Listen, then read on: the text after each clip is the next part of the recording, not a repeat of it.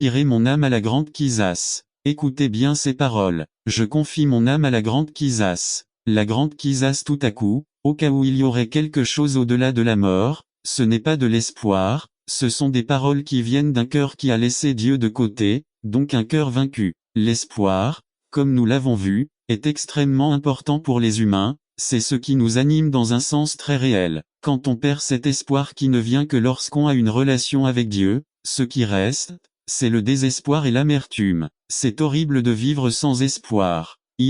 Espoir vivant. La Bible ne nie pas qu'il existe des gens qui décident de vivre loin de l'espoir. Mais en même temps, cela nous transmet un message très différent de celui que nous venons d'entendre de la part de ceux qui sont loin de tout espoir. Pierre dit, « Béni soit Dieu et Père de notre Seigneur Jésus-Christ, qui, selon sa grande miséricorde, nous a fait naître de nouveau pour une espérance vivante. » Le chrétien a une grande espérance, un espoir vivant. Quand nous lisons les paroles de ceux qui vivent sans Dieu, nous voyons qu'il y a un manque d'espérance, que le monde n'a aucun sens. Il y en a d'autres qui vivent loin de Dieu, même s'ils viennent peut-être à l'église, mais ils vivent vraiment leur vie comme ils l'entendent, ils vivent d'instant en instant, peut-être de danse en danse, de fête en fête en essayant de donner un sens à chaque instant. L'espoir n'est pas réel, il n'apparaît que par instant. En ce sens ils sont pas très différents des athées et de ceux qui ne croient pas en Dieu. Mais le chrétien est marqué par l'espérance qu'il a, c'est un point de vue positif. Nous avons un espoir vivant, dit Pedro.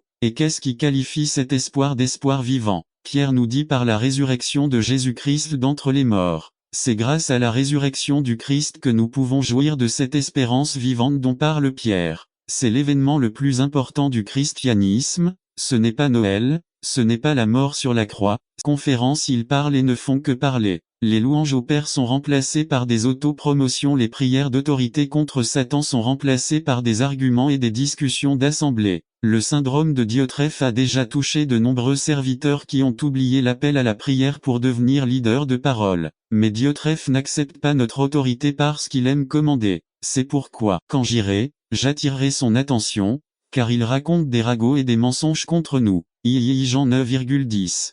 Comme le mont Sion, qui ne bouge pas mais demeure pour toujours. Comme Jérusalem est entourée de montagnes, ainsi l'Éternel entoure son peuple désormais et pour toujours. Car le bâton de la méchanceté ne reposera pas sur l'héritage des justes, de peur que les justes ne tendent les mains vers l'iniquité. 4 Fais du bien, Seigneur, aux bons et à ceux qui ont le cœur droit. 5 Mais ceux qui se détournent après leur méchanceté, l'Éternel amènera avec ceux qui commettent l'iniquité. La paix soit sur Israël. Jérusalem a été construite sur 3 montagnes. Dans le monde antique, une ville située sur une montagne présentait une forteresse presque parfaite. Il était très difficile, à l'époque d'avant les chars et les avions, de capturer une ville comme celle-là. Le psalmiste dit que, tout comme les montagnes protégeaient Jérusalem, Dieu protège son peuple. Quelle belle image que Dieu nous entoure, nous donnant la protection nécessaire. Dieu est et sera avec les bons. Il y a un autre psaume dans le groupe de psaumes que nous voulons examiner aujourd'hui. Le psaume 126 parle de l'époque de l'histoire d'Israël où son peuple avait été emmené en captivité vers des pays étrangers. Les traductions diffèrent selon que cet événement se situe dans le passé ou dans le présent. Mais il n'y a aucune différence en cela. Le psalmiste reconnaît la main de Jéhovah dans cet événement. Lisons quand le Seigneur ramènera la captivité de Sion, nous serons comme ceux qui rêvent d'eux, alors notre bouche sera remplie de rire, et notre langue de louange. Alors on dira parmi les nations, le Seigneur a fait de grandes choses pour elle. 3 Le Seigneur a fait de grandes choses pour nous. Nous serons heureux. 4 Ramène nos captifs, Seigneur, comme les ruisseaux du Négev. 5 Celui qui sème dans les larmes récoltera dans la joie. 6 Celui qui porte la précieuse semence marchera et criera, mais il reviendra avec joie, apportant ses gerbes. Tout dépend de Dieu. Le sort d'Israël ne dépend pas de la chance, mais de la main de Jéhovah. Jéhovah a fait de grandes choses pour nous. Telle devrait être la devise du peuple de Dieu. Ces 4 psaumes nous enseignent des choses importantes pour notre pèlerinage. Premièrement, nous devons nous rappeler que Dieu a toujours été avec son peuple. Il a toujours agi en faveur de son peuple. Nous pouvons regarder l'histoire et voir comment Dieu prend soin de son troupeau. Même lorsque nous oublions Dieu, Dieu ne nous oublie jamais. Deuxièmement, nous avons la promesse de Dieu qui sera avec nous dans le futur. Dieu n'est pas seulement un Dieu de l'histoire ancienne, il est le Dieu d'hier, d'aujourd'hui et de demain.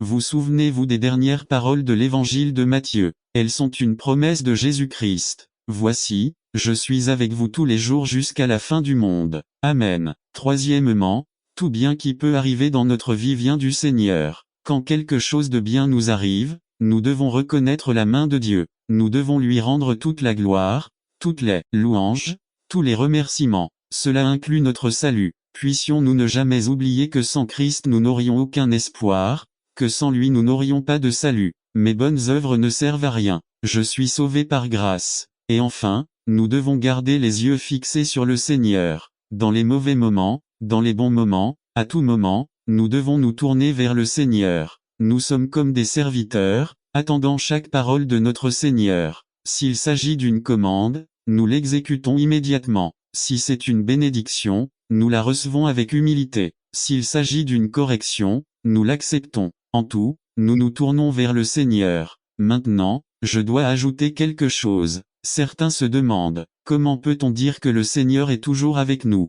Regardez les mauvaises choses qui me sont arrivées. Dire que le Seigneur est avec nous ne signifie pas que de bonnes choses nous arriveront toujours. N'attendez pas qu'il soit trop tard. Devenez membre de la chaîne Today et bénéficiez de réconfort et de soutien dans les moments difficiles. Cliquez sur le lien dans la description de la vidéo. Mardi 9 avril 2024 page 2 Observez la vie de l'apôtre Paul ou l'expérience de Job pour savoir que ce n'est pas le cas. Cela ne signifie pas non plus que vous répondrez à chaque demande sur le champ. La Bible est remplie d'histoires de personnes qui ont attendu le Seigneur pendant des années. Mais quand nous disons que le Seigneur est avec nous, cela signifie qu'il œuvrera pour son dessein éternel, il œuvrera en faveur du salut de nos âmes. Il nous a promis des souffrances et des tribulations dans ce monde, mais il nous dit que ce monde est temporaire. Notre victoire est certaine. Jéhovah a fait de grandes choses pour nous. Nous lui devons une éternité de louanges. Et nous allons vous donner exactement cela. N'attendez pas qu'il soit trop tard. Devenez membre de la chaîne Today et bénéficiez de réconfort et de soutien dans les moments difficiles. Cliquez sur le lien dans la description de la vidéo. Mardi 9 avril 2024 page 3 Malheur à moi qui habite à Méchèche résumé. Les 3 premiers psaumes des chants graduels nous enseignent que nous devons nous détourner du monde et aller vers la maison de Jéhovah. Par Timothy Archer ces jours-ci, nous examinerons un groupe de psaumes qui, dans la version King James, sont intitulés Cantiques progressifs. Certaines versions de la version populaire les appellent Song of the Rise. Il y a 15 psaumes dans ce groupe, du psaume 120 au psaume 134. On pense que ces psaumes étaient chantés par les pèlerins se dirigeant vers Jérusalem pour participer aux différentes fêtes juives. Puisque Dieu avait ordonné aux gens d'aller à Jérusalem pour ces fêtes, la plupart des gens s'y rendaient au moins une fois par an. Les routes les plus courantes menant à Jérusalem étaient en montée. Par exemple, la célèbre ville de Jéricho se trouve à 24 km de Jérusalem, mais son altitude est de 3300 pieds en dessous de celle de Jérusalem. De plus, les pèlerins montaient vers la présence de Dieu représentée dans le temple de Jérusalem. En se rendant à la ville sainte, ils chantèrent ces psaumes. Qu'est-ce qu'ils ont à voir avec nous? Le fait est que nous sommes aussi en pèlerinage, nous voyageons aussi vers la ville sainte, vers la nouvelle Jérusalem. Nous montons vers Sion, la montagne de Jérusalem, la montagne de Dieu. Commençons notre voyage par le psaume 5. Ensuite nous n'avons le temps pour rien et cela nous éloigne de Dieu et des activités de son royaume et nous oublions que près de Dieu nous trouvons la satisfaction de tous nos besoins que Dieu est le seul qui puisse vraiment aider-nous parce qu'il est le propriétaire de tout. Nous devons mettre Jésus-Christ en premier dans nos vies et il pourvoira à tous nos besoins selon ses richesses en gloire en Christ Jésus. Dieu est le prestataire par excellence et en étant proche de lui nous pouvons trouver la solution à tous nos besoins. Près de Dieu est un travail réussi. Dans le livre de Luc, chapitre 5, on nous raconte une histoire extraordinaire. L'histoire raconte que l'apôtre Pierre, qui était pêcheur professionnel, était sorti la nuit pour pêcher. Il pêche la nuit car c'est la meilleure période pour pêcher mais malgré toute son expérience et toutes ses connaissances et tout son équipement il n'avait rien réussi à attraper. Le matin était venu et maintenant ils sont sur le rivage fatigués, inquiets et ayant besoin de préparer tout le matériel pour repartir dès que la nuit reviendra. À ce moment-là, Jésus-Christ apparaît près de la plage. N'attendez pas qu'il soit trop tard. Devenez membre de la chaîne Today et bénéficiez de réconfort et de soutien dans les moments difficiles. Cliquez sur le lien dans la description de la vidéo. Mardi 9 avril 2024 page 2 Les gens se pressent autour de lui pour entendre la parole de Dieu et quand ils voient les barques de Pierre et Jacques, ils s'approchent d'eux et entrent dans la barque de Pierre. Il le supplie de l'éloigner un peu de la terre et de là. Le Barca continue son enseignement de la parole de Dieu.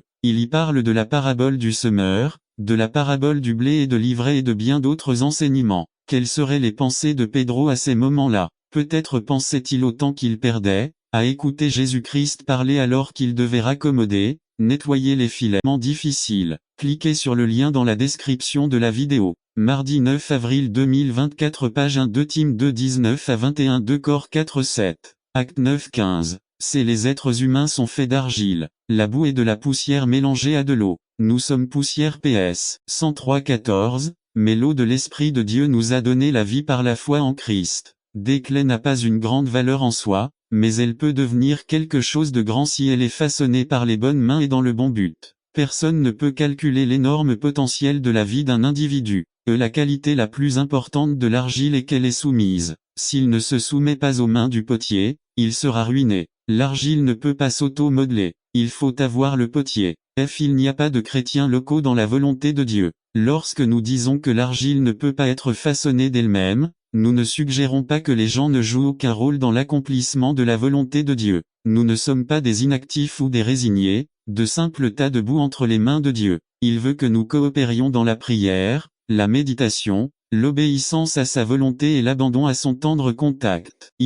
La vie est une roue, le potier fait tourner la roue rapidement et est le seul à contrôler sa vitesse. Nos vies en tant que croyants ne sont pas contrôlées par la chance ou le hasard. Dieu les contrôle. Il fixe les circonstances de la vie qui nous façonnent. C'est lui qui a fait en sorte que le jeune Joseph aille en Égypte, où il serait formé en tant que dirigeant. Nous pouvons nous interroger sur les circonstances de notre vie et penser que Dieu a été dur avec nous, mais un jour nous réaliserons la vérité de Romains 8:28 et affirmerons que toutes choses ont concouru au bien. La chose la plus importante à propos de la roue n'est pas sa taille. Certaines durées de vie sont plus courtes que d'autres, mais son centre. Si la roue est centrée, tout sera équilibré. Le Christ est le centre de la vie chrétienne consacrée. MT 6,33. IV. Désobéir au butin. Ce serait merveilleux si l'argile se soumettait toujours aux mains du potier, mais ce n'est pas le cas. Le prophète a vu que le vase était gâté. Le potier a-t-il jeté l'argile et a-t-il recommencé avec un nouveau tas? Non, il a recommencé. C'est une image de la rébellion de l'homme et de sa restauration par la grâce de Dieu. Pourquoi la boue s'est-elle détériorée? Parce qu'il voulait ce qu'il voulait voir. 18 11 à 12. C'est combien de fois, en tant que chrétiens, nous gâchons nos vies en faisant nos projets en dehors de la volonté de Dieu. Si nous pouvions seulement voir le produit fini que Dieu a prévu, nous ne lui désobéirions jamais. C'est triste, mais nous pensons en savoir plus que lui sur la vie. Dieu dans sa grâce nous pardonne et nous recrée. Parfois, il utilise des tests difficiles pour nous amener à nous soumettre. Il a passé 20 ans à façonner Jacob, qui est finalement devenu un instrument utile. N'attendez pas qu'il soit trop tard. Devenez membre de la chaîne Today et bénéficiez de réconfort et de soutien dans les moments difficiles. Cliquez sur le lien dans la description de la vidéo. Mardi 9 avril 2024. Page 2G. Après avoir gâché leur vie, Dieu a donné à David, Jonas et Pierre une seconde chance. H1 1.9 est une merveilleuse promesse de pardon, mais ce n'est pas une excuse pour la désobéissance. La preuve et le four à Jérémie ne mentionnent pas le four du potier, mais il devait être là. Aucun récipient n'est utile à quoi que ce soit tant qu'il n'est pas passé au four. La chaleur donne à l'argile force et beauté, et augmente son utilité et sa valeur. La vie doit avoir ses fourneaux. Job est passé par la fournaise de la douleur. Job 23.10 et 1 Pierre 4.12 FF parle de la fournaise de la persécution. Les trois jeunes Hébreux furent jetés dans la fournaise et découvrirent que le potier était là avec eux dans le feu. DN 3:19 à 25. Dieu sait exactement à quel point il faut chauffer le four. Il sait exactement combien d'épreuves nous pouvons endurer. 1 Corps 10, 13. Les chrétiens qui ont vécu protégés, hors des fourneaux de Dieu, manquent de nombreuses bénédictions de sa grâce que reçoivent ceux qui ont accepté de souffrir avec Christ et pour lui. Lorsque des épreuves surviennent, nous devons nous abandonner au Poteur et lui permettre de faire sa volonté. Si le jugement et le vase brisé. Adam 19 1 à 13, Jérémie se rendit dans la vallée des enfants de Hinnom, un lieu que les Juifs consacraient au culte des idoles. Certains des rituels et demandent persévérance et continuité. Cet effort pour conserver, pour faire ce qui est en notre pouvoir pour maintenir l'unité, doit être ferme et cohérent. En d'autres termes, nous ne devons pas renoncer à maintenir cette unité du corps du Christ. Cela demande des efforts. Lorsque nous sommes en conflit avec quelqu'un, nous avons tendance à ne pas attendre qu'il soit trop tard. Devenez membre de la chaîne Today et bénéficiez de réconfort et de soutien dans les moments difficiles. Cliquez sur le lien dans la description de la vidéo. Mardi 9 avril 2024 page 3 abandonne trop vite. Autrement dit, nos tentatives de réconciliation sont très faibles. Parlant d'un conflit avec une autre sœur, une femme a dit au pasteur: « J'ai déjà essayé de me réconcilier avec elle mais elle ne voulait pas. » Le pasteur lui a demandé exactement ce qu'elle avait fait et elle a répondu bien après le service: « Je suis resté aux côtés de la sœur porte où elle devait sortir et je pensais que si elle voulait se réconcilier avec moi,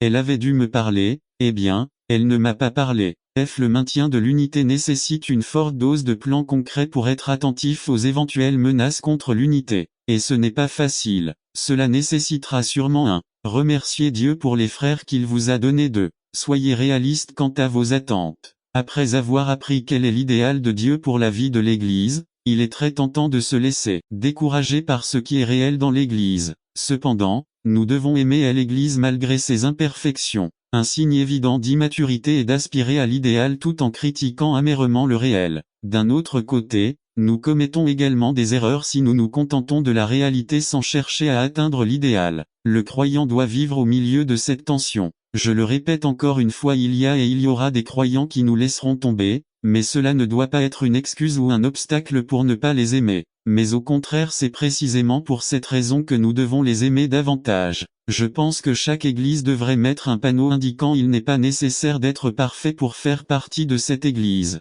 Ce lieu est ouvert aux personnes qui s'avouent pécheurs et qui ont besoin de la grâce et de la puissance de Dieu pour se transformer. » 3. Ne faites pas attention aux potins. Quand quelqu'un commence à nous raconter des potins, demandons poliment qu'il ne nous en dise pas plus, ou demandons-lui s'il a la permission de cette personne pour nous en parler. Les gens qui bavardent sur nous bavardent aussi sur nous-mêmes. Les gens qui bavardent ne valent pas la peine de faire confiance. C'est vraiment dommage que dans le troupeau du Seigneur, les plus grosses blessures ne viennent généralement pas des loups, mais des autres brebis. 4. Se mordre la langue pour ne pas faire des propos qui ne font qu'énerver un frère, ou pour mettre une queue sur lui et sur ses oreilles à des informations qui ne font qu'entacher le témoignage de nos frères dans la foi. Nous sommes les gardiens de nos frères et sœurs. 5. Faites une liste des personnes avec lesquelles nous avons le plus de difficultés à communiquer et anticipons d'éventuels moments de désaccord ou de conflit. Nous devons apprendre à planifier pour faire le bien. 6. Au lieu de critiquer, encourageons les frères. Il est plus facile de détruire que de construire. Je crois qu'un remède efficace contre la critique est de bien parler de ceux avec qui nous sommes tentés de critiquer. Grella, être béni par Dieu. Restez béni même dans un lieu de malédiction, même au milieu du problème, de la situation difficile ou de la dure épreuve, lorsque vous pouvez transformer la tragédie en triomphe. Ma main droite est ma plus grande bénédiction et sur ton deuxième fils parce que tu es resté debout et n'as pas bougé, affligé mais portant du fruit. Il voulait t'écraser et t'aigrir mais la main puissante de Dieu l'a transformé pour ton bien et pour sa gloire. Ce sont les bénédictions croisées. Dieu a croisé ses mains et vous a béni et grâce à cela vous en ressortirez plus loin, plus plein de sa puissance. Le mal se transformera en bien, le mal deviendra bien. Conclusion. Oserez-vous rendre grâce pour tout ce que vous avez vécu, pour ceux qui t'ont rabaissé, pour ceux qui t'ont blessé, pour les nuits de solitude et de larmes, pour les épreuves. Essayez-le, vous verrez comment un court-circuit se produit dans le monde spirituel et tout se croisera pour votre bénédiction. Souvenez-vous José. N'attendez pas qu'il soit trop tard, devenez membre de la chaîne Today et bénéficiez de réconfort et de soutien dans les moments difficiles. Cliquez sur le lien dans la description de la vidéo. Mardi 9 avril 2024 page 3 de belles résolutions pour la nouvelle année résumée. Juan indique 5 objectifs en écrivant son épître et qui nous seront utiles pour commencer la nouvelle année. Ils sont forts, mais une bénédiction. Par Georges Alvarez. De belles résolutions du nouvel an. 1 Juan. Introduction. Service du matin du 12 janvier 2003 à Ebenezer, Union City. Ça, le directeur d'une école a publié dans le bulletin d'information les résolutions que les enseignants avaient pour la nouvelle année. L'un des professeurs, ne la voyant pas, s'est mis très en colère et s'est rendu chez le directeur en l'accusant d'être raciste et d'avoir peut-être quelque chose contre elle. Le directeur avait perdu le bulletin scolaire de l'enseignant parmi d'autres documents sur son bureau. Lorsqu'il l'a trouvé, il est allé le battre avec les autres. Parmi les nouvelles résolutions pour la nouvelle année figurait « Contrôlez votre colère et recherchez la paix ». Jean indique 5 objectifs qui nous seront utiles pour commencer l'année. Que nous ayons la communion 1.3. À la communion est le thème clé des 2 premiers chapitres voire 1.3, 6, 7. Cela a à voir avec notre communion avec le Christ, non avec notre union avec le Christ, qui est une question de notre qualité d'enfant. C'est notre communion quotidienne change, notre condition d'enfant reste la même. Des termes qui apparaissent 2 fois dans l'Ancien Testament LSG. PS 25.14, PR 3.32, 1. Mot hébreu, so amitié ou connaissance intime de. Dans le premier texte, il fait référence à la relation avec Dieu et dans le second au juste 3. Dans le Nouveau Testament, rendez-vous apparaît 12 fois et est toujours une traduction du mot grec koinoneto, avoir en commun, participation, camaraderie. Le chrétien, universalité de la souffrance. Personne n'est heureux, à l'abri d'épreuves ou de tribulations. Si nous ne les avons pas maintenant, ils viendront. Savoir qu'ils viendront rend les croyants sûrs du Christ à tout moment dans les bons moments, car sûrement les mauvais moments viendront aussi. 7. Puis Jacques nous a expliqué comment faire face à l'épreuve avec patience. Comment s'exerce la persévérance.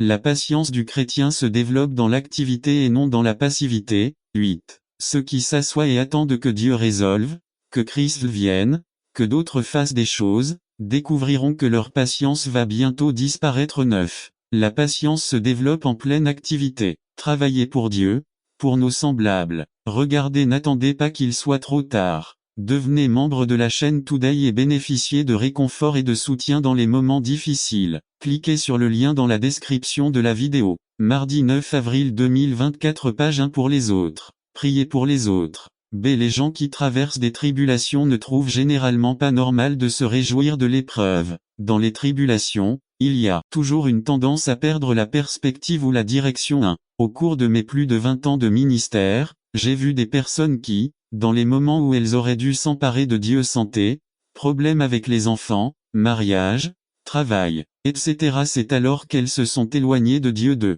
Pour que la patience ou la persévérance puisse produire de la joie dans la tribulation, Jacques nous présente maintenant la nécessité d'acquérir la sagesse. 3. Ceux qui se sont détournés de Dieu en temps de crise ont démontré leur manque de sagesse. Dieu était là pour leur donner la sagesse en temps de crise, pour les aider à sortir de cette crise, mais au lieu de tourner leur attention vers la source de la sagesse, ils l'ont abandonnée. 4. Ici, Santiago vient nous dire que lorsque la vie devient difficile, quand il semble qu'il n'y ait pas d'issue, il est temps de se tourner vers Dieu et de le lui demander. Lisez comment il est dit dans 1,5. Et si quelqu'un d'entre vous manque de sagesse, qu'il la demande à Dieu, qui donne à tous généreusement et sans reproche, et elle lui sera donnée. 6. Non seulement il le donne en abondance mais il le fait sans reproche. En d'autres termes, Dieu ne vous dira pas, à cause de votre comportement, à cause de la mauvaise façon dont vous avez élevé vos enfants, à cause de la façon dont vous avez négligé votre maison,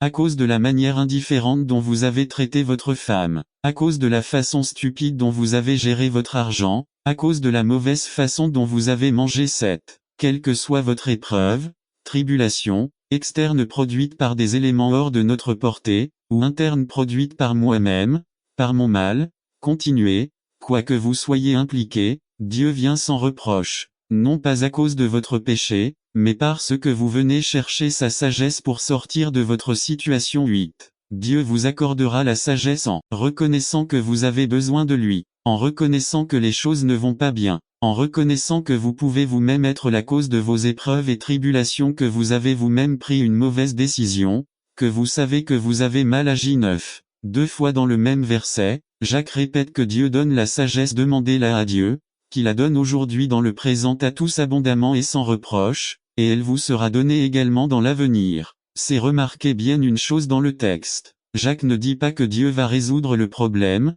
que Dieu va nous sortir de l'épreuve actuelle ou que Dieu va éviter les tribulations futures. 1. Jacques nous dit que Dieu accordera la sagesse pour savoir comment vivre au milieu des épreuves et rester joyeux. C'est le contexte de compter toute votre joie lorsque vous rencontrez diverses épreuves. 1. Ce qui est fait est fait. Il existe des tests qui n'ont ni correction ni solution. Permettez-moi d'être parfaitement clair dans les problèmes conjugaux. Si mon indifférence, mon manque de démonstration d'amour, des années sans entretenir la relation, ou même ma propre ignorance en ne reconnaissant pas qu'une visite chez le médecin aurait pu résoudre le problème de mon impuissance ou ma frigidité, et n'importe laquelle de ces choses ont finalement amené mon conjoint à me rejeter définitivement. Ce qui est fait est fait. Et si mon conjoint ne veut plus rien de Dieu, mais que je cherche Dieu, même s'il est tard, Dieu ne résoudra pas forcément le problème. N'attendez pas qu'il soit trop tard. Devenez membre de la chaîne Today et bénéficiez de réconfort et de soutien dans les moments difficiles.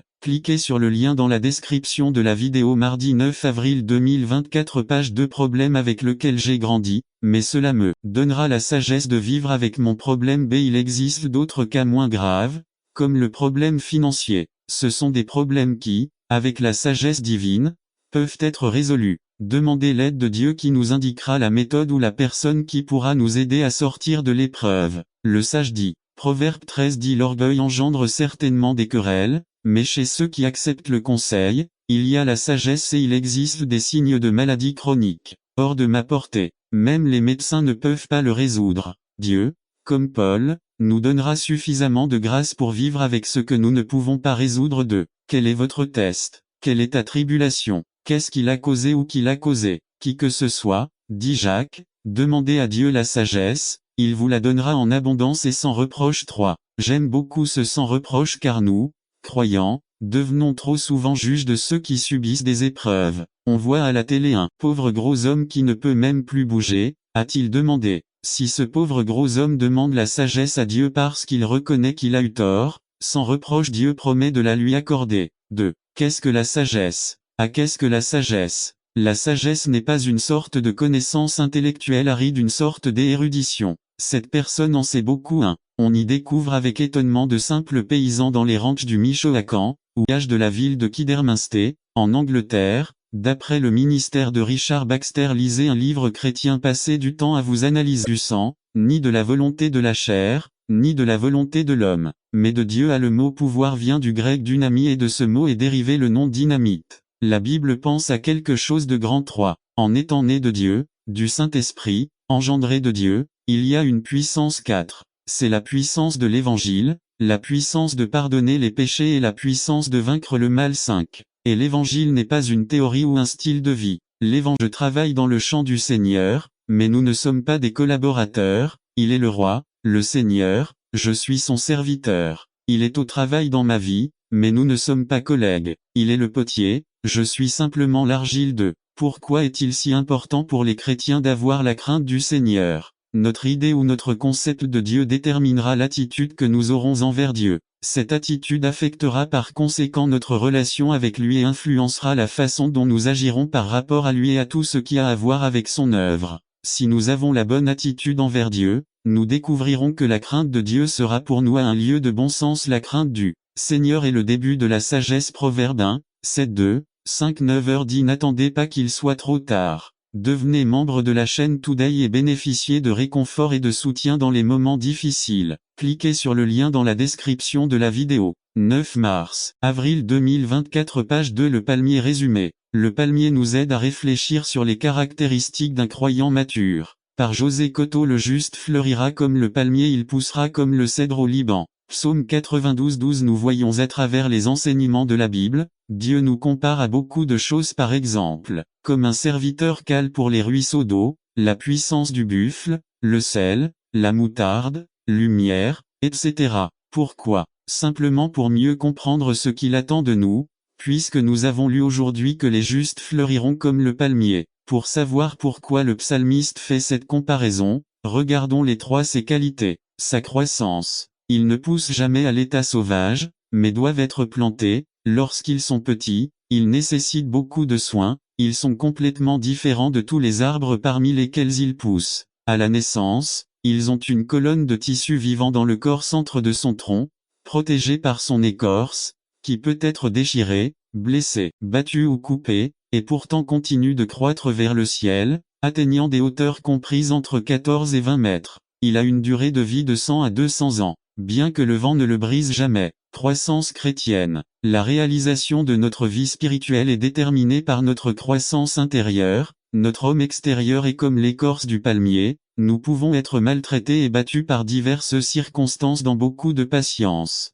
Dans l'insomnie, dans le jeûne, mais si notre intérieur est sain, rien ne peut arrêter notre croissance spirituelle. Utilisation du palmier. Il faut savoir que le palmier sert à plus de 200 usages, mais le dictionnaire biblique persan mentionne 360 utilisations, dont certaines sont du bois, des cordes, des tissus, des paniers, des nattes, des toits, des couvertures, des brosses, des balais, des chapeaux, des panneaux, des brise-vents, de la nourriture, des boissons alcoolisées, des produits pharmaceutiques, du sucre, du beurre, de l'huile, le vin, le vinaigre. Ces feuilles sont utilisées pour couvrir les toits des maisons, etc. Œuvre du chrétien. Quelle belle comparaison, nous qui nous appelons les rachetés du roi des rois et du seigneur des seigneurs devons vouloir être utilisés dans beaucoup et de différentes manières, berger, enseigner, encourager, réconcilier, aimer, pardonner. Le palmier peut être utilisé comme un aliment exquis et aussi comme un humble tapis, et il ne se flétrit pas lorsqu'il est privé d'eau pendant un certain temps car ses racines sont profondes.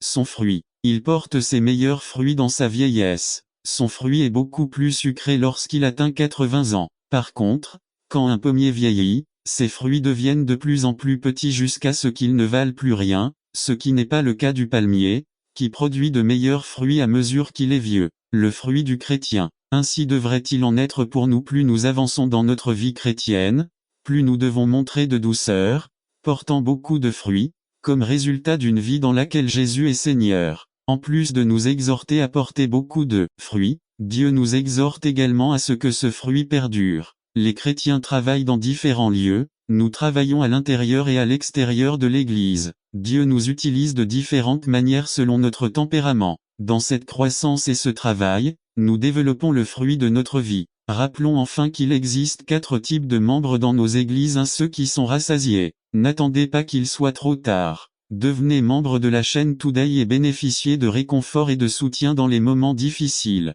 Cliquez sur le lien dans la description de la vidéo. 9 avril 2024. Page 1 de bons vœux. Mais ils ne font rien. 2. Ceux qui parlent beaucoup. Ils parlent constamment de ce qui devrait être fait mais ils ne font rien. 3. Ceux qui aiment que tout dans l'église soit de la plus haute qualité, mais qui ne sont que des spectateurs. Et 4. Ceux qui portent tout le poids des responsabilités de l'église sur leurs épaules. Elles sont comme des abeilles dans un rucher, toujours travailleuses. Auquel d'entre eux appartenez-vous? Nous nous réunissons pour recharger nos batteries spirituelles dans l'adoration de Dieu, puis sortons pour partager avec ceux qui ne connaissent pas Dieu. Si vous ne le faites pas tous les jours, vous n'avez pas encore compris le sens de l'église et ce qu'elle est. Pire encore, vous n'obéissez toujours pas au Seigneur. Nous devons sortir pour partager l'évangile de la bonne nouvelle. Visitez-nous sur internet http://www.ourchurch.com. Member F. Flore des Libano. http://www.fortministry.com. 11211 IP1 ref. Le Dr José L. Cotto est président de l'Ebenezer International Council,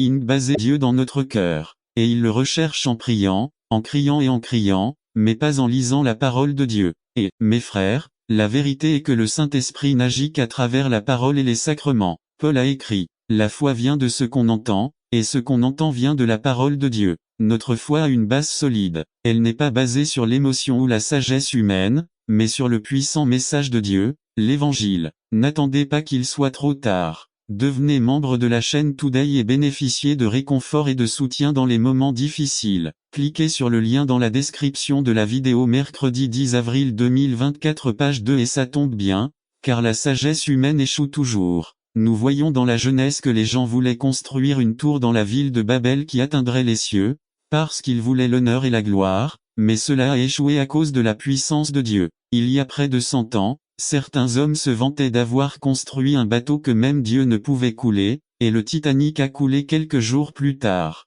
Même si la médecine moderne a beaucoup progressé ces dernières années, il existe encore des maladies. Personne ne peut échapper à la mort. Eh bien, il y a un dicton qui dit que la connaissance, c'est le pouvoir. Mais cela dépend vraiment du type de connaissance dont nous parlons. Nous connaissons Jésus-Christ crucifié, et une telle connaissance a du pouvoir. Et donc, oui, nous prêchons avec puissance, avec l'assurance que nous avons le paradis, avec joie et amour. Un bon sermon est plein d'émotions, non pas à cause de la façon dont le pasteur parle, mais à cause du message. Le salut est nôtre par notre Seigneur Jésus-Christ, et en plus, le Dieu d'amour est à nos côtés. Comme Paul l'a écrit, si Dieu est pour nous, qui sera contre nous? Eh bien, personne, n'est-ce pas? Et donc un bon sermon n'a vraiment rien à voir avec le prédicateur, parce que le pouvoir vient du message. Quel réconfort, non parce que nous sommes ici dans cette église où tout est basé sur ce que Dieu dit. C'est pourquoi nous avons des lectures bibliques. C'est pourquoi nous lisons les psaumes. C'est pourquoi les sermons sont toujours basés et centrés sur un texte biblique. Et comme cela ne dépend pas de nous, vous pouvez aussi être prédicateur. Alors invitons les autres à écouter ce message, et il n'y a pas lieu de s'inquiéter, car nous savons que nous sommes des vases d'argile. Nous n'avons pas besoin de convaincre qui que ce soit avec des paroles convaincantes, car notre message simple et puissant, nous prêchons Jésus-Christ crucifié. Alors, qu'est-ce qui fait un bon sermon? Oui, nous prêchons Jésus-Christ crucifié, car même si nous prêchons avec faiblesse, nous prêchons avec puissance. Amen. N'attendez pas qu'il soit trop tard. Devenez membre de la chaîne Today et bénéficiez de réconfort et de soutien dans les moments difficiles. Cliquez sur le lien dans la description de la vidéo. Mercredi 10 avril 2024. Page 3. Marchons dans la lumière résumé. Dieu nous encourage à marcher dans la lumière de Jésus-Christ, qui a obtenu notre salut en détruisant le diable. Par Andrew Schroe. Veuillez fermer les yeux.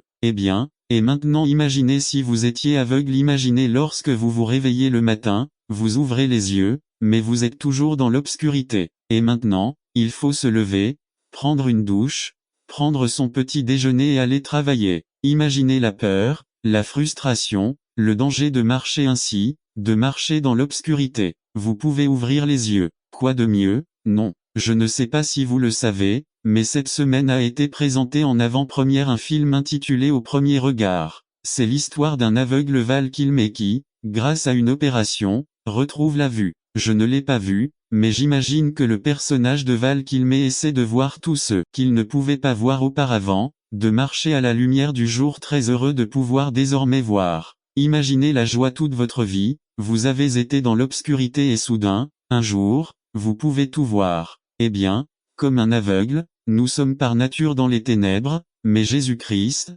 la lumière du monde, est venu pour dissiper les ténèbres. Alors ce matin Dieu, à travers sa parole, va nous encourager à marcher dans la lumière, parce que cette lumière, Jésus-Christ, nous a illuminés et parce que cette lumière a détruit le pouvoir de nos ennemis, et parce qu'il nous a éclairés. Dans les versets qui précèdent le texte de ce matin, le prophète Isaïe décrit la triste situation dans laquelle se trouvaient les Israélites de son temps. Ils étaient dans l'obscurité, ils marchaient dans les ténèbres de la peur et de l'angoisse à cause des Assyriens. L'Empire assyrien avait conquis une grande partie du monde et emmené en captivité les tribus du nord d'Israël, notamment Zabulon et Nephtali que l'on voit ici dans le texte. Et le problème, c'est que les Assyriens ont toujours maltraité les nations qu'ils ont conquises. Les habitants du sud, c'est-à-dire de Juda, à qui Isaïe écrit, étaient véritablement dans les ténèbres de la peur et de l'angoisse. L'ombre des Assyriens les menaçait. Mais les Israélites eux-mêmes étaient entièrement responsables de leurs problèmes. Pendant des siècles, ils ont vécu dans l'idolâtrie et l'immoralité. De plus, ils rejetèrent et tuèrent même les prophètes que Dieu leur avait envoyés. Ils préféraient écouter les faux prophètes, les sorcières et les diseuses de bonne aventure. Les Israélites marchaient dans les ténèbres de leurs péchés, dans un danger et une angoisse constants, parce qu'ils voyageaient sur le chemin de l'enfer. Dieu, cependant, leur a promis une lumière, et remarquez qu'il leur a parlé comme si cela était déjà arrivé. Et il en va de même pour de nombreuses prophéties de Dieu. Eh bien, Dieu est fidèle, et c'était donc un fait. Il est dit, les gens qui marchaient dans les ténèbres virent une grande lumière. Ceux qui vivaient dans le pays de l'ombre de la mort, la lumière apparut sur eux. Le verset 6 de ce même chapitre nous dit ce qu'est cette lumière. Il est l'enfant né, le Fils de Dieu, le Prince de la paix. Eh bien, il est Jésus-Christ, n'est-ce pas? Et nous voyons que cette prophétie s'est accomplie dans l'évangile de ce matin. Saint Matthieu nous raconte que le Christ a établi Capernaum comme le fait rater quelque chose. Aujourd'hui, je sais que Dieu a un plan merveilleux pour son peuple et que la seule chose que je n'aurai pas, c'est la douleur. Cela survient lorsque vous devez mettre fin à une relation après des années de disputes et de souffrances. Beaucoup de nos églises sont remplies de femmes qui pensaient pouvoir changer les choses. Exemple des amis et de membres de la famille qui souffrent de cela. Beaucoup souffrent parce qu'ils ont des collègues de travail qui veulent constamment orienter leurs affaires dans des directions qu'un chrétien ne devrait pas prendre. Nous sommes enfants du roi, nous ne devons pas compromettre notre sainteté et le temple de Dieu. N'attendez pas qu'il soit trop tard. Devenez membre de la chaîne Today et bénéficiez de réconfort et de soutien dans les moments difficiles. Cliquez sur le lien dans la description de la vidéo mardi 9 avril 2024 page 2. Comment obtenir l'expérience de la vraie liberté résumé. Comment accéder à l'expérience de la vraie liberté. Le programme de libération du Christ brise notre esclavage à la fois à la chair et au diable. Personne ne peut être à la fois esclave et libéra. Personne ne peut servir deux maîtres en même temps. Par Fernando Ocampo. Comment faire l'expérience de la vraie liberté. Romains 6, 1 à 23. Introduction. Liberté. Nombreux sont ceux qui ont tout abandonné pour le chercher. De nombreuses personnes se sont battues et sont mortes pour le défendre, d'autres ont pris de nouvelles directions, affrontant tous les dangers pour le maintenir. Liberté. Nous voulons tous l'avoir. La Bible nous dit que nous avons été créés pour en profiter pleinement, et non pour nous contenter de moins. Cependant, à une époque dont nous n'avons aucune trace, à l'exception de ce que nous disent les Écritures, l'homme a perdu sa liberté. Il a échangé sa liberté contre l'esclavage. La liberté qu'il avait connue et expérimentée sous le règne de Dieu était réduite à un rêve entouré d'un terrible cauchemar. Cette capacité dont Dieu nous a dotés pour satisfaire les désirs de notre cœur afin que nous lui soyons toujours agréables s'est déformée. Et même si nous étions libéras, nous recherchions la liberté dans le mauvais sens. C'est ainsi que nous sommes devenus esclaves, soumis à des désirs qui nous éloignent de plus en plus de Dieu, qui nous a créés avec amour, libéra de le servir. Les traces de ce rêve originel sont encore latentes dans la vie des êtres humains. Au plus profond de notre être, nous aspirons à le posséder pleinement, mais nous n'y parviendrons jamais en dehors de Dieu. Transition. Dans Romains chapitre 6, Paul reconnaît ces faits et évalue la liberté du croyant sur la base de l'œuvre du Seigneur Jésus. Pour ce faire, Paul propose la question suivante. Comment accéder à l'expérience de la vraie liberté, pour lequel il propose deux réponses. Voyons les réponses qu'il nous donne. 1. Par un éveil du cœur pour voir ce que nous avons en Christ. V. 1 à 5. Toute expérience dans la vie des citoyens du royaume doit avoir été réalisée par un éveil du cœur humain à la lumière de la personne et œuvre du Seigneur Jésus. Notre croissance et notre maturité spirituelle seront atteintes lorsque nos cœurs s'ouvriront pour explorer le chemin de la foi en Christ, non pas pour connaître, mais pour obéir. 1.1 Le croyant doit savoir que son expérience de conversion l'unit au Christ dans sa mort. V. 1 à 3. Dans les derniers versets du chapitre 5, Paul a adopté une approche controversée. Paul va de l'avant en disant à ceux qui pensent que nous pouvons pécher délibérément puisque la grâce de Dieu est plus grande que le péché que Dieu, dans notre expérience de conversion à Christ, n'a pas seulement placé nos péchés sur lui, mais aussi nous-mêmes. N'attendez pas qu'il soit trop tard. Devenez membre de la chaîne Today et bénéficiez de réconfort et de soutien dans les moments difficiles. Cliquez sur le lien dans la description de la vidéo mardi 9 avril 2024 page 1. En d'autres termes, quelqu'un qui prétend être chrétien doit avoir vécu une profonde union spirituelle avec le Seigneur Jésus. Or, nous ne parlons pas d'une fusion, comme l'enseignent certaines sectes, mais plutôt d'une union où notre personnalité et notre nature humaine sont maintenues isolées de la personnalité et de la nature divine. Autrement dit, nous ne devenons pas des dieux, ni pour être comme Dieu, mais pour être de Dieu. C'est pourquoi celui qui est mort avec Christ est mort au péché et ne peut plus vivre comme s'il était encore son esclave. Réfléchissons un instant, que signifie mourir au péché. Cela signifie-t-il que nous sommes morts au péché de la même manière qu'un cadavre manque de souffle? Tout comme un cadavre est incapable de respirer de l'air,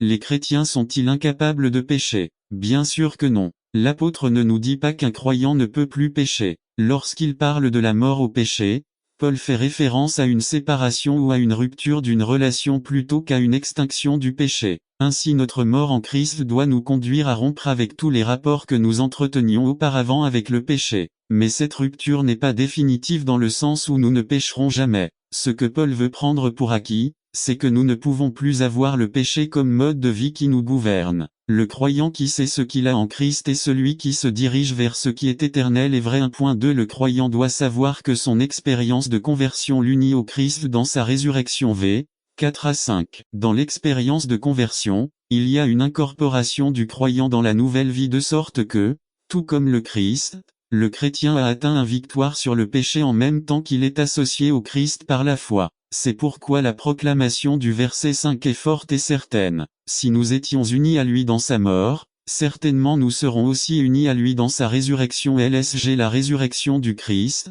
opérée par le Saint-Esprit, est étendu à ses disciples. C'est pourquoi au chapitre 8 verset 11 nous lisons, « Et si l'esprit de celui qui a ressuscité Jésus d'entre les morts habite en vous, celui-là même qui a ressuscité Christ d'entre les morts redonnera aussi la vie à vos corps mortels par son esprit, qui vit en vous. » La Bible nous parle d'un jour qui est décrit par les prophètes de l'Ancien Testament comme le jour redoutable du Seigneur, au cours duquel les cieux et la terre et tout ce qu'ils contiennent seront déplacés. Daniel nous dit « Et de la poussière de la terre surgiront des multitudes de ceux qui dorment, les uns pour vivre éternellement, mais les autres pour des vidéos photographiques de famille et certaines occasions en les regardant, un souvenir de quelque chose nous vient et nous dit à l'intérieur si peut-être je n'avais pas fait ceci, la vie serait différente maintenant. » Les moments où nous avons arrivé quelque chose de mal dans notre vie restent comme des vidéos qui retournent et retournent. Blessures émotionnelles comme des photographies estampées sur le cœur. Le pouvoir du pardon peut supprimer cette vidéo. Le pouvoir du pardon retirer ce portrait de votre cœur. Aspect à considérer. 1. Ce n'est pas une vidéo, c'est la réalité.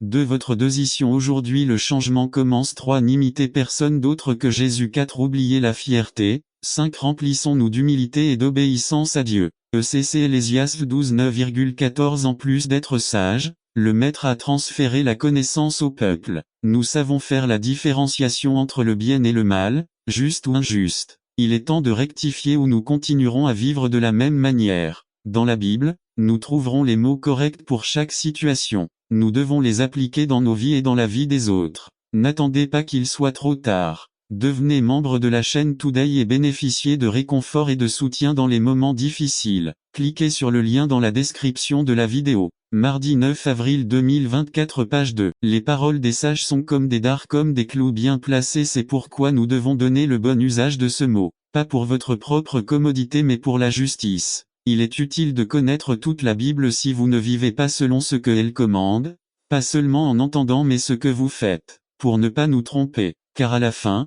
Dieu fournira tous les travaux, bons ou mauvais, même ceux faits en secret. Si le pardon et la repentance ne sont pas véritables, Dieu le sait. Le message est simple. 1. Réfléchissez avant de parler. 2. Arrêtez avant d'agir. 3. Modélez le caractère du Christ à chaque instant. Ainsi votre vie laissera une marque agréable et durable. Commence aujourd'hui. Dieu vous bénisse. Athée, frère. Miguel Izcan aux voix du ministère de la Force. N'attendez pas qu'il soit trop tard. Devenez membre de la chaîne Today et bénéficiez de réconfort et de soutien dans les moments difficiles. Cliquez sur le lien dans la description de la vidéo. 9 mars, avril 2024 page 3 Voice of Strength résumé. À tout moment la parole de Dieu nous donne la force de continuer dans ce monde de tribulation. C'est pourquoi Jésus a prié pour nous tous. San Juan 17 par Miguel Izcan aux voix de la force de la série. Vous reconnaissez sa voix. Psaume 146 1 à 17 Un Dieu est notre protection et notre force, notre aide rapide dans les tribulations.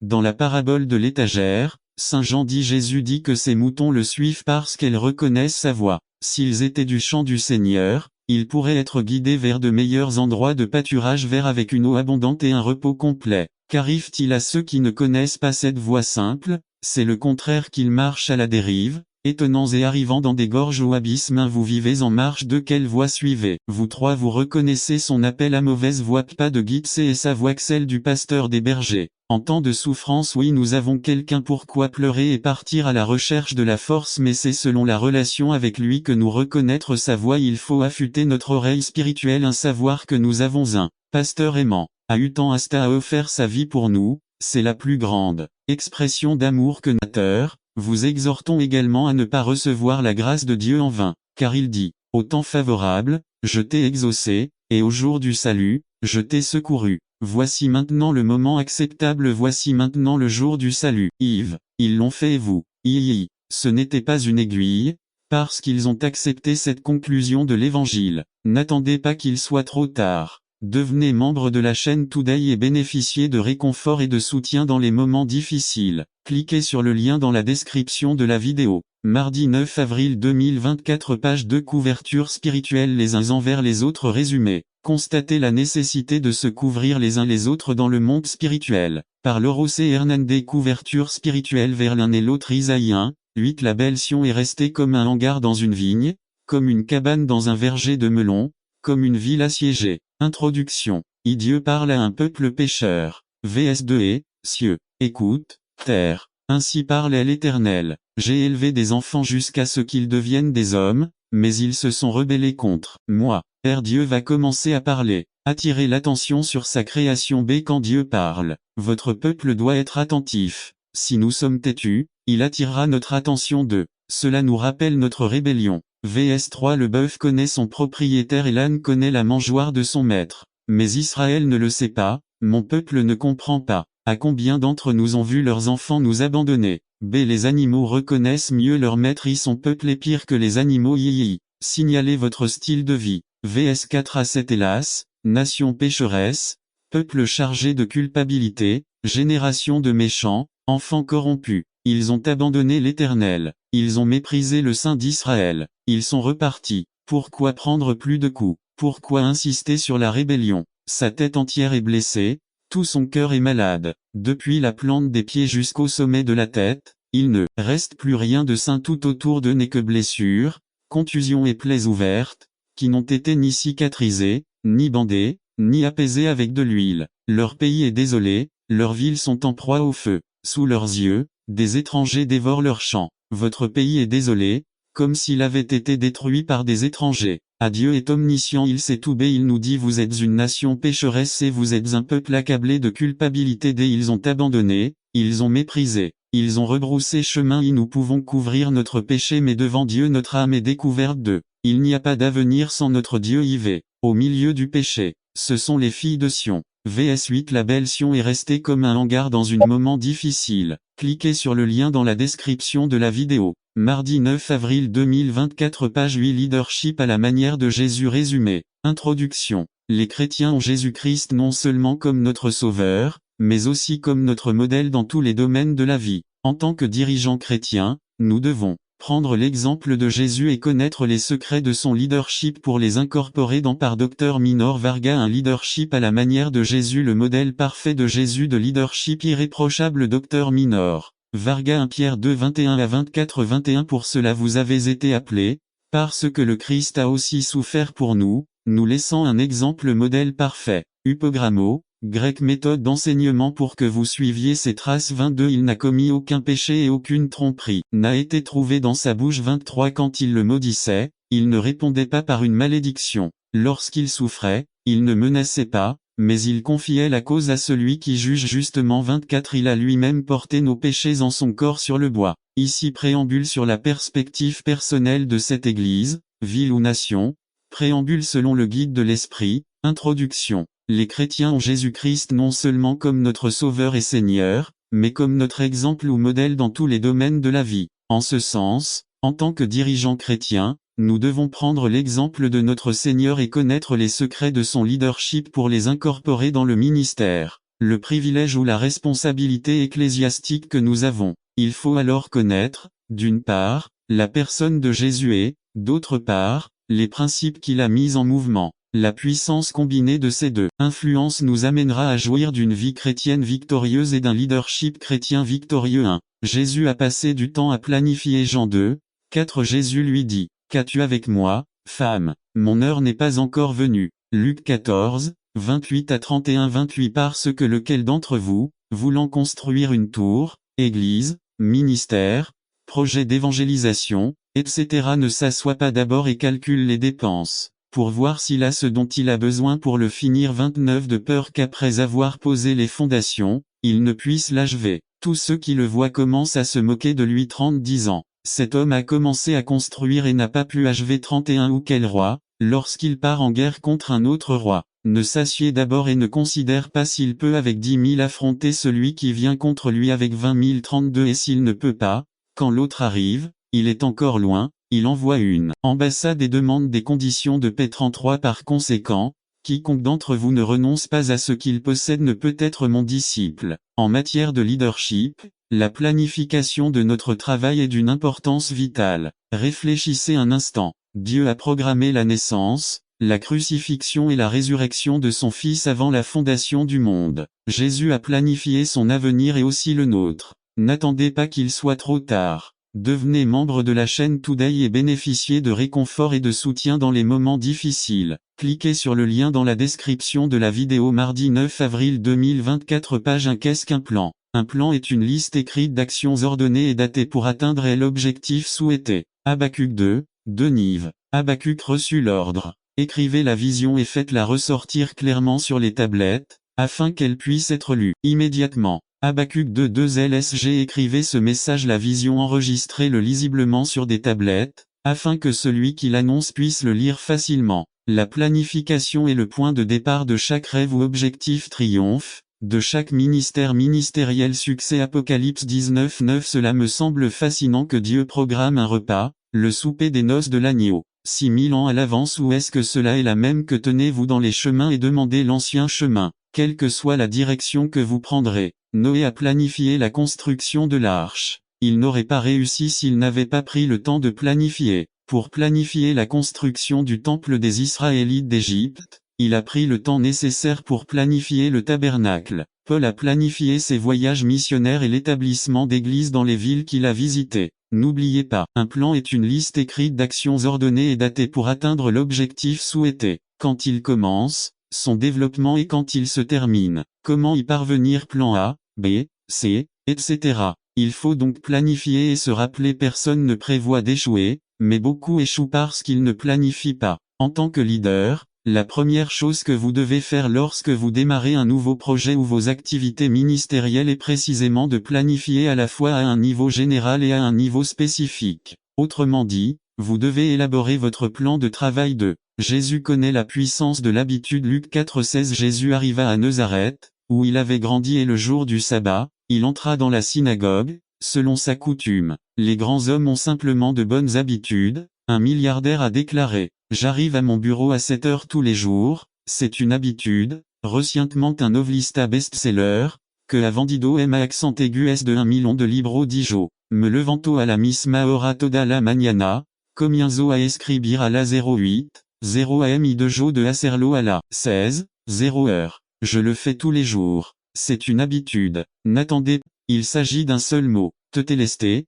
Peut-être que pour nous ce n'est pas un mot connu, mais à cette époque ce mot était très courant. Tetelesté était prononcé par le prêtre lorsque les sacrifices étaient présentés dans le temple ou dans le tabernacle. Lorsque l'animal était sacrifié et que son acte était complètement accompli, le prêtre prononçait ce mot tetelesté. N'attendez pas qu'il soit trop tard. Devenez membre de la chaîne Today et bénéficiez de réconfort et de soutien dans les moments difficiles. Cliquez sur le lien dans la description de la vidéo. Mardi 9 avril 2024. Page 2. Tetelesté était un mot que les Juifs prononcent grandement offensé, et nos propres péchés nous accusent. Nous gardons à l'esprit nos défauts et nous connaissons nos maux. 13. Nous avons été rebelles et infidèles au Seigneur, nous n'avons pas voulu suivre notre Dieu, nous avons parlé de violence et de trahison. Nous avons élaboré des plans pour tromper les autres. Ésaïe 59, 9 à 13. DHH. Le péché a-t-il détruit votre vie? Dieu te cherche. Où es-tu? Est-ce que vous vous cachez de lui? Est-ce que vous l'ignorez?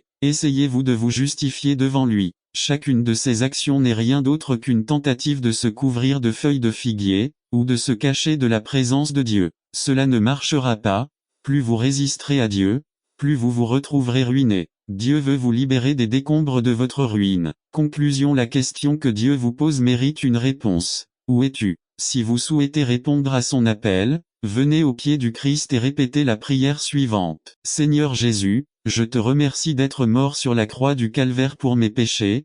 Pardonne-moi de m'être caché de toi, de t'avoir ignoré et d'avoir essayé de me justifier devant toi. Je te reçois dans mon cœur comme mon seul et suffisant Sauveur. Reçois-moi comme ton Fils et écris mon nom dans le livre de vie. Amen. N'attendez pas qu'il soit trop tard. Devenez membre de la chaîne Today et bénéficiez de réconfort et de soutien dans les moments difficiles. Cliquez sur le lien dans la description de la vidéo. Mardi 9 avril 2024. Page 4. Ce que vous devriez offrir à Dieu. Résumé. Un aperçu d'un sermon sur la quantité et la manière dont une offrande doit être offerte à Dieu. Cela parle d'offres de temps, de talent et d'argent. Par Nestor Mangivard. Ce que vous offrez à votre Dieu. Marc 12, 41 à 44. Ce matin, nous lisons l'offrande de la veuve. Je veux que nous examinions cela pour voir ce que nous pouvons apprendre de ces versets sur Dieu, sur nous et sur ce qu'il attend de vous et de moi. Il est important de noter que ce que nous devons donner, ce n'est pas seulement notre argent, mais aussi notre temps et notre talent. Gardons cela à l'esprit lorsque nous abordons les principes de ces versets. Jésus regarde. Jésus resta assis longtemps à observer ceux qui offraient un Il regarda le montant 2. Il regarda la situation 3. Il regarda le cœur 2. Jésus juge. Il identifie son offrande comme étant plus que celle de tout le monde. En quoi était ce plus à? Plus en pourcentage 1. Quel pourcentage de votre temps donnez-vous au Seigneur? Yo. Nous parlons de service, pas de temps pour votre développement personnel B, mais dans son impact personnel c'était tout ce que j'avais 1. Que gardes-tu pour toi 2? Quel impact ce que vous donnez a-t-il sur votre vie 3? Que peuvent déterminer ceux qui voient votre chéquier ou votre calendrier à votre sujet